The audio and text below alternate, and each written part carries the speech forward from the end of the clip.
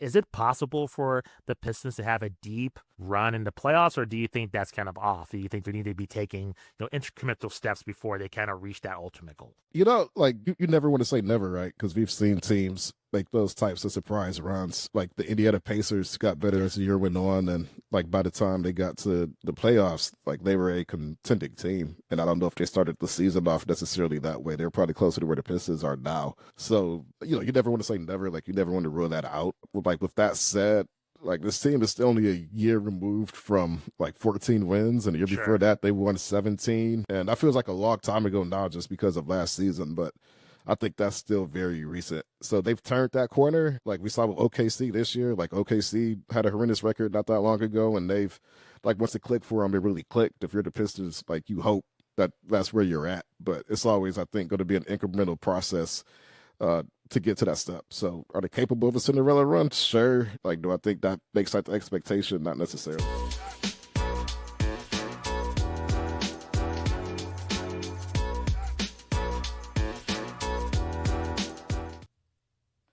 He is a Pistons reporter for the Detroit Free Press and the co-host of the Pistons Pulse. Please make sure to check that out. An excellent podcast if you want to learn a lot more about the Detroit Pistons. We welcome back Omari Sankofa II onto Hoopsology. Welcome back. Hey, thank you for having me, Justin. Thanks for coming back to the show. Truly appreciate it. When we first had you on a couple of years ago, we had Bryce on the show too. I would say it was during a down period for Detroit. So it's been really cool just to see the evolution of the Pistons in terms of what they're trying to build to what's happening now to where I would say they're a perennial Eastern Conference contender. This year. So just looking back to last season, they went 44-38.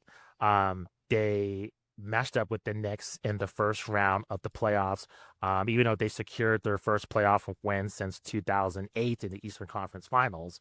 They fell eventually to the Knicks. So before we get into this season, just kind of what were your impressions of last season in terms of how much of it was a breakthrough season? And then kind of, there's been some months in terms of, what's happened previously. Has your opinions changed in terms of just any kind of specialness from last season in terms of how it might, be a huge building block for seasons to come? Yeah, I mean, they were coming off of the worst season in franchise history. They had won 14 games the season before, lost 28 straight games. So I think their record going into New Year's was like 3-29 or something like that. And to go from that to 44 wins, a 30-game improvement, which was one of the biggest single season turnarounds of all time.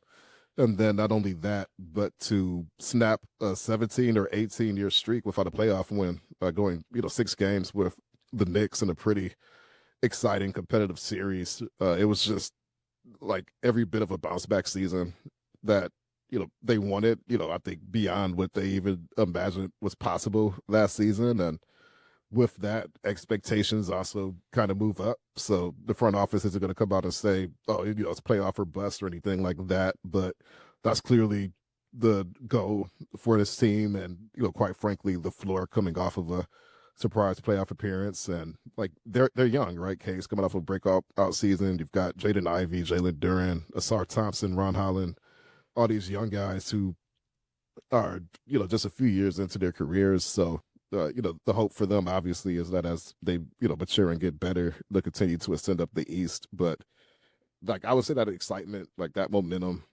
feels like it's carried into preseason, and I know they're excited to get started next week officially. Just curious, and this might be a weird question. I attended Nuggets Media Day, and they talked about the vibe, and maybe just being a millennial is kind of like a more of a Gen Z term. Was that word brought up I was curious if this is like a Nuggets thing or just throughout the league in terms of a vibe of a team, because I've never heard that vernacular used, and I'm just curious if that's like now kind of the buzz term in terms of team chemistry. Just curious. Yeah, I think vibe's been around for a little bit, but Okay, I'm sure the Pistons have referenced it at some point. Like they do okay, talk about their chemistry a lot, and just gotcha. and the vibes were definitely good last year. So I guarantee you vibes probably come up at least once. Got it. Okay. Um, let's head to the offseason. They had additions of Javonte Green, Caris LeVert, Duncan Robinson. They had key departures and turned Tim Hardaway Jr. He's now in Denver. Just saw him recently. Dennis Schroeder, Lindy Waters the third. Can you talk about the offseason in terms of, I'm going to butcher this guy's name, the 37th pick at Chaz Lanier. Lanier. Was there Lanier? Okay. Was there anything in the offseason that you saw that either concerned you or either gave you hope? Or what kind of your impressions of the Pistons, what they did in the offseason, or maybe your summer league impressions as well? Yeah, so they came into the offseason expecting continuity. Blake Beasley had a historic season for him, became the fifth player to knock down 300 threes. Him and Anthony Edwards did that last season, fourth and fifth. And like Tim Hardaway Jr., like who started, I want to say 77 games. Like so every game he appeared in essentially, and like those two, were big in minutes, big in the locker room. Like really like stalwart, like foundational guys. Just what they brought as vets, and then they traded for Dennis Schroeder before the deadline after Jaden Ivey went down with the shin injury, which cost him the rest of his season. Wow. So they had some really good vets. They came into the offseason, I think pretty confident that they would be able to keep at least one of them. Malik Beasley, they had a deal lined up with before, news of the gambling pro, which, has put his free agency essentially on pause until he clears his investigations. And they had to pivot pretty quickly. Then Dennis Schroeder, I think there's interest in bringing him back as well. And, Sacramento came with a big offer and, promised him a bigger role. And, the Pistons obviously have Cade and Jaden Ivey, and you can't quite promise what Sacramento did. So they did end up pivoting to, as you said, Duncan Robinson and Caris LeVert. With Duncan, you get a lot of what you get from Beasley just from a pure shooting standpoint, but he's also taller. Like, he's like you're going from 6'4" to 6'7", as far as your primary wing shooter. Like he's got some secondary playmaking. So he's, like he can shoot, but he's also a different type of player that, they have to figure things out with. Like Caris, I think, gives you some of that ball handling you lose with Dennis, and Jaden Ivey almost is like a big offseason, not signing for them, but like an offseason addition just because he missed most of last season. So then they also brought in Javonte Green, and you mentioned the Ricky Chaz Lanier, who was a really strong shooter at Tennessee in his last year of college last year. So a little bit of remaking over the offseason, but at the same time, still like very focused on this young core. And yeah, last minute pivot. Like I think the Beasley news broke like the day before free agency. So you could just see their outline from there, which is kind of ticking those same boxes they had last season while, still keeping the focus on the young guys. Can you talk about this team under JB Bickerstaff, what he brings to the squad, and what kind of the, I guess, what should the common NBA fan know about his coaching style and how he, as a coach, has played into this revival of the Pistons? Yeah, I think JB came in with a very high level of energy and like a high level of buy-in. And I think just from a personality standpoint, he could be a bit more fiery, but he's also like, I think the empathetic coach, like somebody who really tries to connect with players. And just from a personality standpoint, I think it just fit this roster really well. He's, known as a good defensive coach, and you definitely saw the improvement in their execution on that end. They end up, finishing with their best defensive rating in, 7 or 8 years. Like I would have to go back, but it had been a while since there was a Pistons team that was above average defensively as they were, and they got better as the year went on. So yeah, I just think from, just the defense first mentality that I feel like Pistons teams, like good Pistons teams, have always sort of embraced that approach, and like just his energy and enthusiasm. I think especially coming off of the season that they came off of, really kind of helped give them a clean break, and I think he just vibes with overall what the franchise needed. There's that vibe word again, but I think that's what he brought. So you mentioned defense, and I listened to one of your most recent podcasts with Bryce, and he brought up how Cade Cunningham is underrated on the defensive end. Can you elaborate on that in terms of how that part of his game might be the more, I guess, effective one in terms of making him into eventually a elite player in this league? Can you kind of elaborate on that in terms of how important his play is on a defensive end? Yeah, there's a defensive gear that Cade can hit that I think really makes him like one of the premier two-way players in the league. Like he's, I mean, a big guard, right? He's 6'6". Like I think his wingspan's in the neighborhood of 7 feet, and like he knows how to use it, and that allows him to play a little bit bigger than a lot of like primary ball handlers can. Like he's a chase down block artist. Like he's the type of guy that'll have like a clutch steal, or like he's even had a clutch charge here and there, like late in games, and like he could just really be a defensive playmaker. I think with any player who has to carry as big of an offensive load as he does, it's something you can turn on and off a little bit. Like not that I think he's ever like truly bad defensively, but I would say at worst he's neutral. And like when he really dials in on that end, like you're talking about guys like Jimmy Butler, guys who just consistently do that at that level. I think as Cade becomes more seasoned, that's eventually the tier he can get to on both ends. So now that the Pistons, I feel like they've gone through you might correct me, but kind of a similar process to like the Houston Rockets or even OKC in terms of experiencing a lot of losses and all of a sudden becoming a contender. And this season, with a lot of expectations and I would say a lot of, I don't know, positive, vibes in terms of what's going to happen, in terms of their expectations. What are you looking for in this team within like the first half of the season? So like the NBA Cup and Christmas, what are kind of the benchmarks that you want to see and what the team wants to see if they're going to be successful, heading into the playoffs next year? I think you want to see them sustain. Last season, like especially relative to the season prior, they didn't get off to a horrendous start. I believe they were 11-17 before they began to kind of hit winning streaks, and then flip that into a winning record. But you want to see them sustain where they left off last season. I think at least you're in the Eastern Conference. That's got to clear it out at the top a little bit with Tatum getting hurt, with Tyrese Halliburton getting hurt, Dame getting hurt and then traded. There's going to be teams in that mix, obviously. Like you have the Cavs, you have New York, who are probably the top two favorites to make it to the Eastern Conference Finals at this point. But you're in that group with Orlando, with Atlanta, teams that are going out with something to prove, young teams really with something to prove.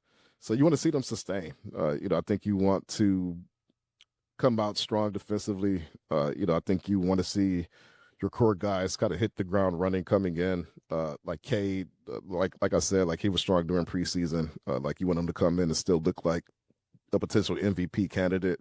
But Asar's also a guy that didn't have a training camp or offseason last year because this rookie season ended with blood clots. Now he has a full offseason coming off of. So what does he look like coming in? You want to hit the ground running, and teams know who you are now. Like you're not a surprise. Like you're the Detroit Pistons, you're the sixth seed. You push the New York Knicks 6 games. Teams are taking you seriously, so you don't want to, I guess, get punched in the mouth coming in. You want to build on what you had last season, and I think by the time you get to around the NBA Cup, you want to be able to say, yes, this looks like a clear playoff team. So where do you expect them to fall in terms of seeding, you think? I see them in that 4 to 5 range. Okay, me too. Again, like I think New York, Cleveland, like just with the star power they have, the experience, like those are going to be two formidable teams. And then you have that Atlanta, Orlando, Pistons tier that I mentioned, and Orlando is a really, really good team. I think like they've been a top defense for a couple of years. They've had horrendous injury issues, but now they're hoping that that's behind them. They're healthy, and then you trade for Desmond Bain, who like I think is just like an absolute perfect fit for like what they needed. Like he addresses literally everything they had a weakness for offensively. And I think that was one of the best pickups of the offseason. So they're going to be good. So it wouldn't surprise me if Orlando's number 3. But if you're the Pistons, you're probably looking at Atlanta like, we were better than them last year. We could be better than them this year, even though they made some moves. Milwaukee would still be good. I mean, you have Giannis. They traded from, or they signed Miles Turner. Like it really just comes down to like the rest of their young guys like Ryan Rollins, AJ Green. Like how much can they step up and help? But if you're the Pistons, like I think you're looking at the that 3, 4, 5. Like this is where we should fall. So with the fan base, and I don't know, maybe I'm becoming a little bit overly optimistic. Not about my team, the Bulls, which they will still be bad. But in terms of teams that are contenders, I feel like I guess in the NBA before it's kind of hopeless for like the bottom teams to really have a shot just because the top teams were very, I guess, top heavy in terms of talent, in terms of being staffed with superstars. And I feel like there's a lot more opening for a Cinderella story to possibly make it to the finals. So is it possible for the Pistons to have a deep run in the playoffs, or do you think that's kind of off? Do you think they need to be taking incremental steps before they kind of reach that ultimate goal? Like you never want to say never, right? Because we've seen teams make those types of surprise runs. Like the Indiana Pacers got better Yeah, as the year went on, and like by the time they got to the playoffs, like they were a contending team. And I don't know if they started the season off necessarily that way. They're probably closer to where the Pistons are now. So you never want to say never. Like you never want to rule that out. With that said, like this team is still only a year removed from like 14 wins, and the year before sure. that they won 17. And that feels like a long time ago now, just because of last season. But I think that's still very recent. So they've turned that corner, like we saw with OKC this year. Like OKC had a horrendous record not that long ago, and they've like once it clicked for them, it really clicked. If you're the Pistons, like you hope that that's where you're at, but it's always, I think, going to be an incremental process to get to that step. So are they capable of a Cinderella run? Sure. Like, do I think that makes that the expectation? Not necessarily. Gotcha. So, what is the mood of the fan base, you think, just going through a lot of their struggles to now seeing a lot of success? Can you kind of take me into the mood of a really underrated fan base within the NBA, and kind of what they have had to gone through in terms of just a lot of losing years to now having a young core, a lot of success last year, and a lot of optimism heading into the future. Yeah, I mean, Detroit is definitely a hardcore Pistons city, basketball city. I mean, you've got the OG fans from like the Bad Boys and even before that, right? Like guys like Bob Lanier and whatnot. And, people have been waiting for a good Pistons team for a long time, especially when you see the success the Lions have had. Like after this period of Right. dormancy, it's like, okay, well, when are the Pistons going to finally turn things around? I think the Red Wings are in that boat too. The Tigers were also in that boat until, maybe 15 months ago. But there's just excitement. Like this is the first year in a long time where like the momentum is clearly swinging upward. This is the first year in a long time you're coming off of a winning record, and like you have a realistic chance at building on that. So you definitely saw the fan response just go up and up and up last season as they got better. And like in the playoffs, the LCA had Madison Square Garden beat as far as like pure energy. And Wow. like I think if you asked the Knicks writers that or whoever else, like they would agree. Like it was just absolutely insane at the LCA. So Pistons fans are pumped. They're definitely ready for the season. So where do you rank the Pistons in terms of fandom within Detroit? Because I live in Denver, and the Broncos are clearly the number one team despite the Nuggets' success. They're just no matter what the Nuggets, they've really risen in terms of popularity here. Talking to some other reporters, but still the Broncos are clear number one. Is that the case in terms of Detroit? Is that the Lions still rule all, even if they're mediocre or bad, or is it kind of depends on which team is really on the hot streak going on I would say Lions are number one. I mean, there? Ford Field wasn't struggling for attendance during those years. They were bad, Okay. and like even a bad Lions team, I think on average is going to get like a lot more, be a much bigger draw than either of the other sports. And that's not to say that they're not popular. I just think the NFL just kind of dominates the American landscape in general. And, pretty much in any city you go to, like that's going to be the case. Like I used to work in Pittsburgh. The Steelers are their number one team. Penguins have had some really good years. The Pirates have not, but like even a good Penguins team is probably going to trail the Steelers and just raw interest. So I would say Lions are number one. Michigan football also is like right there. I mean, they're like That's a right. national brand, obviously, so they dominate. Um, like I would say that they're probably a pretty firm number two. Wow. The Tigers, I would say Detroit's a very, it's not an underrated baseball city, but I would say in the last 5 years or so, the Tigers have probably been like that consistent number two as far as like just the best professional team behind the Lions. And I think that's because just the way baseball is set up, like you tend to have more of a diehard fan base that's following development of prospects than that. So I think there's more roping you in to a bad baseball team than like a bad hockey or basketball team. But other than that, like I would say whoever's the best between the Tigers, Red Wings, and Pistons, like that's typically going to be number one. Like I would expect the Pistons to beat the Red Wings pretty handily next season, and especially with Cade being a star and then being on national TV more, I can see him fighting the Tigers for that number two spot too. So Lions are number one, Michigan's number two, and then it really just depends on whoever's best. Makes sense. I want to pivot towards the rest of the league. First, with the Eastern Conference, what are your impressions? You brought up a lot of injuries, unfortunately, to a lot of star players within the East. But what do you kind of make of the conference? I know people are kind of knocking it. It's kind of weird because I'm like, people kind of knock the conference. I'm like, did you realize how bad the East was like a few years ago? Like, especially within the 2000s, I feel like it's way better now. At least there's some compelling players and storylines that I can get into.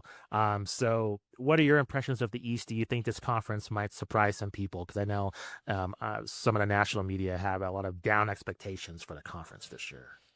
Yeah, I mean the East, I feel like it's perpetually the weaker conference between the two. But Sure. with that said, like it's a conference that I think the star power has really increased over the last few years with guys like Paolo, Cade, like you have number one picks, number two picks, landing on the East teams that really needed them. We'll see if they get more than 8 teams in with winning records. Like I don't know if those 9 and 10 playing teams are going to crack 500, but I think you have a pretty solid top eight. The 5 teams I mentioned earlier, like the Indiana, you still have Pascal Siakam. Like you still got some guys like they don't have a bad roster. That's probably still a playoff team. I could see them uh, so potentially having a winning record. If you're Boston, you still have Jaylen Brown and like Derek White. So, it's not like you're completely without talent. Milwaukee, obviously, you still have Giannis. Like you have Giannis, like your floor is probably a playoff team, and we'll see if they make any other moves. So conference goes maybe 8 deep, and then you get to 9 and 10, and it's like, and maybe there's a team I'm forgetting, but yeah, you get to 9 and 10, and then it's like, well, maybe Charlotte, maybe they're a little bit better now that LaMelo's healthy, or I don't know who really occupies that next spot. Maybe Toronto beats expectations. They have a pretty solid starting five. Like they've got some young guys, so that could be a potential playoff team. Yeah, I don't know if there's more than 8 teams with winning records, but like I think the conference goes 7 or 8 deep. And how about the West? Where were you seeing there? Obviously, the usual suspects with OKC, Denver. The Rockets have really ascended in recent years. Is there any other teams within that conference that you're keeping an eye on this season? Yeah, those three. I think the Spurs are probably the team that stand out the most. That's Like right. obviously with Wemby coming back and like he spent the off season with Monks and Hakeem to beat I'm sorry, Hakeem to beat Hakeem Olajuwon. That was a crazy slip up. And he's coming back and he's looking like a dominant player. Yeah. So that's if there's a team that's a favorite to be in that fourth spot is probably him. And the rest of the Spurs, they have Dylan Harper, like Stephon Castle, like I mean, like that's a like that could be a pretty stacked roster. Like beyond that, the Clippers will still be in the mix. Obviously, the Lakers with Luca will still be in the mix. The Golden State Warriors with Steph and Jimmy Butler will still be in the mix. Like the West that's consistently going 10 deep, and I feel like that's still the case for them next season. Dallas is going to be good. Like you have Cooper Flag and Anthony Davis, so they're going to be in the mix. That has a chance to be, I think, a top 5 defense. So yeah, the West is still formidable. It's to me, it's still going to be the dogfight it's always been. And there's, probably 6, 7 teams in that group that I think I'll have a realistic shot at the conference finals. So we'll just see. I want to shift to just the broadcasting landscape in terms of we talked about the fan base earlier. What is kind of the fan base's feelings on the new broadcast shift in terms of NBC, Amazon, and then ESPN still bringing games as well, and there's been a lot of shakeup in terms of this regional games, how people watch the NBA. I've heard fans complain in terms of having all these streaming services. What's kind of the feeling in terms of like the Detroit market in terms of seeing Pistons games? Has that affected in terms of like viewing games in terms of the local TV market, in terms of the national landscape, or has things pretty much stayed the same in terms of how fans consume their team? Yeah, so the Pistons have like more national games this year than there's ever been, and I tweeted that after the schedules came out, and it kind of sparked a debate on, well, if it's streaming only, does that count as a national game, right? Because you have games, they have games that are going to be on NBC and Peacock, so you have Hmm. streaming and TV, but then you have games that are only on Peacock. So there are some people who will argue, well, if it's only on Peacock, then that's not a national TV game, which I disagree with Me because that too. is Yeah. a national streaming service. Right. So Yeah. I understand that everybody subscribes to Peacock, but you could do that if you live, in America. So, there's no, and I'm sure like in other countries too. So, there's no limit there. Like same for Amazon, right? Like if the game's only on Amazon, to me, that's still a national TV game. So some people kind of quibble with that, but with that, like yeah, Fox Sports, I'm sorry, FanDuel, no, they do lose like some games just because of the national TV contracts, but I mean, overall, I mean, there's always going to be people complaining on social media. Like in general, I think people are excited that the Pistons are going to be on national TV more. And then also, I think there's some fatigue just with the overall TNT package. So for NBC to come back and the crews they've assembled, like the crew Amazon has assembled, like I think there's a lot of potential just to bring like fresh perspective to it. Like I know a lot of people feel like NBA coverage, just as far as talking heads, skews like negative, like especially with inside the NBA and like some other places. So I think NBC and Amazon have an opportunity to carve out something that feels different, and like we'll see how it turns out. But I think overall, like it's more exposure for the Pistons, and I think most people are happy about that. Does that negativity result into fewer people watching the league, you think? I mean, how much of a factor is that truly in terms of harming or helping the league? I'm always very curious about that, especially in this age of social media, where a lot of the younger fan base, they consume their NBA content through shorter clips online rather than watching a full game unless it's the finals or something huge is happening. So I'm just curious in terms of the debate over the broadcast teams and their commentary, is that more within just basketball Twitter, or is it a maybe indicative problem of maybe turning off fans from maybe consuming the league and maybe following the league more? So I think it's probably more of an issue with the more hardcore fans you see on social media who, I think just consume more media content in general, and and they have access to people who break down the game on Substack or rereading content like from your beat writer or whoever. They're just a little bit more tapped in, so they could see the difference in neutral coverage, compared to like maybe somebody on ESPN or TNT just tearing players down. Especially when you compare it to like the NFL, you don't see like Tom Brady going on the broadcast and like tearing down the opposing quarterback. Like there may be criticism, but I think there's just a feeling that it skews a bit more negative. So Sure.